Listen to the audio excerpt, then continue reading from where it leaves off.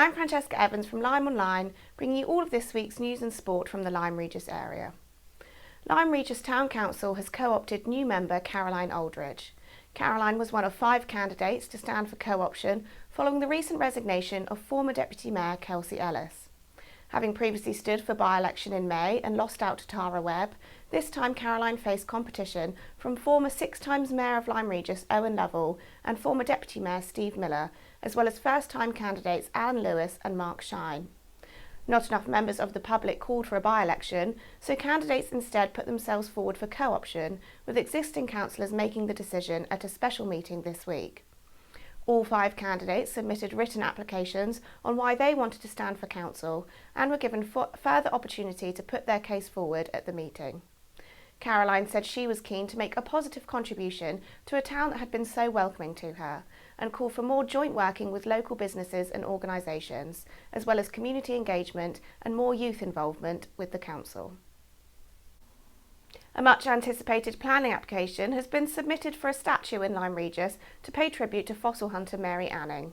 The application, submitted by the organisation Mary Anning Rocks, requests permission for the bronze statue to be sited on a small area at the eastern end of Long Entry.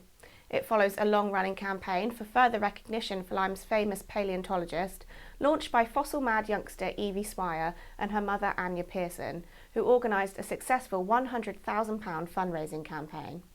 It was initially suggested that the statue be sited beneath the Marine Theatre on Guncliffe Walk, but this proposal ran into issues with Dorset Council. Campaigners now say the new location is the most appropriate, as it is where Mary would have found many of her groundbreaking scientific discoveries. It is hoped to unveil the statue in May next year, exactly 223 years after Mary Anning's birth, if planning permission is forthcoming.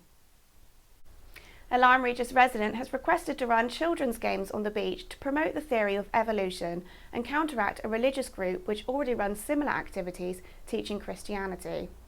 Cobb Road resident Carl Salter put his request to Lyme Regis Town Council last week, saying he would like the opportunity to counter the voice that tells of a planet under 8,000 years old that is currently preaching on our public beach.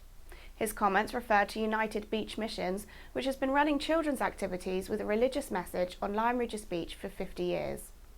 Mr. Salter said he would dress up as Charles Darwin and have assistance from someone dressed as Mary Anning, using local fossils to explain the age of the planet.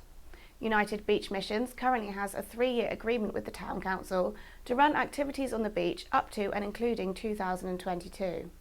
Councillors felt there was not enough space for both concessions to operate on the beach at the same time and asked Mr. Salter if he would be interested in an alternative location. He said he would happily withdraw his request and reapply when the current agreement with United Beach Missions came to an end after summer 2022. Lyme Regis Town Council has been warned that it needs to start making preparations now to protect its most lucrative asset, the Monmouth Beach area, from rising sea levels in the future. Councillors were given a presentation on the effects that climate change and rising sea levels could have on Monmouth Beach by the Environment Agency's Senior Coastal Advisor David Pixley this week.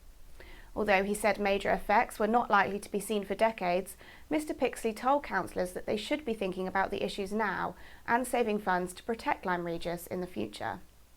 Over the next 80 years, sea levels are expected to rise by at least 1 metre and by the turn of the century could be rising by 10 millimetres a year.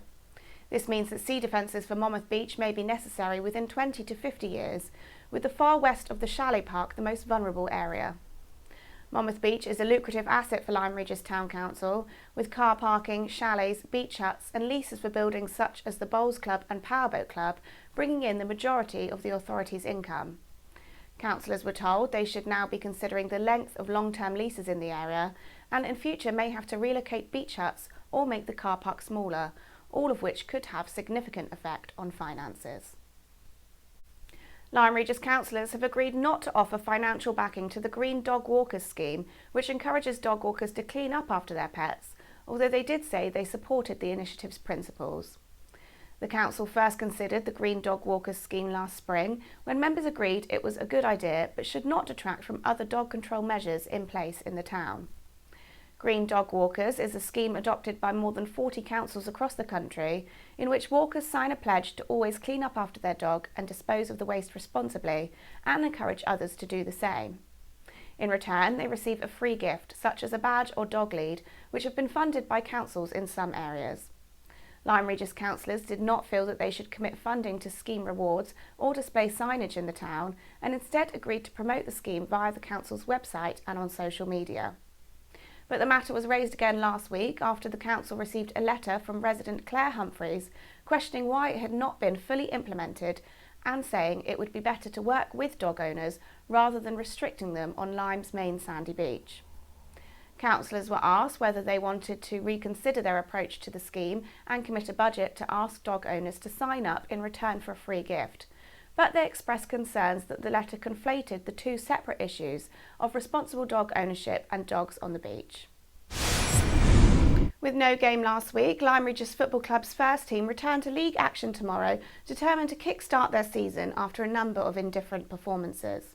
The Seasiders are still suffering from a lack of players, mainly due to injuries and unavailability, and will probably field a bare 11 this weekend, with the reserves and Rovers also in action. Lyme will be going all out for 3 points, with Sidmouth Town reserves visiting the Davy Fort for a 2:15 kick-off. The Vikings are struggling at the foot of the Devon and Exeter Premier Division, having won just 2 of their 12 games. Lyme sit in mid-table and need a win, but even without a full squad, manager Julian Simier believes his side is capable of keeping pace with the teams above them. Lyme Regis reserves stay in 4th place in Division 3 despite a 3-2 defeat last week at Honiton Town reserves. Tomorrow the Resis are away to neighbours Seaton Town. Uplyme's first team also occupy 4th place in Division 6 after an excellent 2-1 win last week over Central with a depleted team. The Swallows travel to Exeter University's 7th-11th this weekend. In the Perry Street League, Lyme Rovers are at home at the Woodruff School top pitch against fellow Division 1 strugglers Forton Rangers reserves, who, like the Seasiders' 3rd 11, are looking for their first win of the season. In Division 2, Charmouth's much-anticipated top-of-the-table clash with Drimpton was postponed last week. Tomorrow, the Robins are at home to 4th-placed Winsham. The Christmas season officially gets underway in Lyme Regis this weekend with the switch on of the Christmas lights on Saturday evening.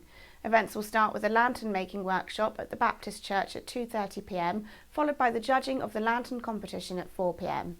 An illuminated carnival will be led down Broad Street at 5 p.m. with the Majorettes, Morris Dancers and Father Christmas, and the big switch on will take place at 5:30 p.m.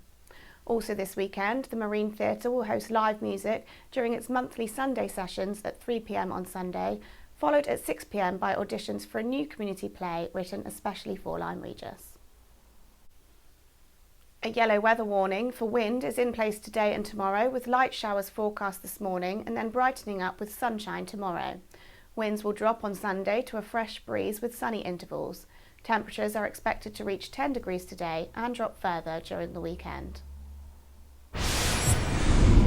Thanks for watching LymeOnline's weekly news bulletins. Take a look at our website for the latest local news, follow us on Facebook, Twitter and Instagram, or sign up to our free weekly newsletter so you're always up to date. Have a great weekend.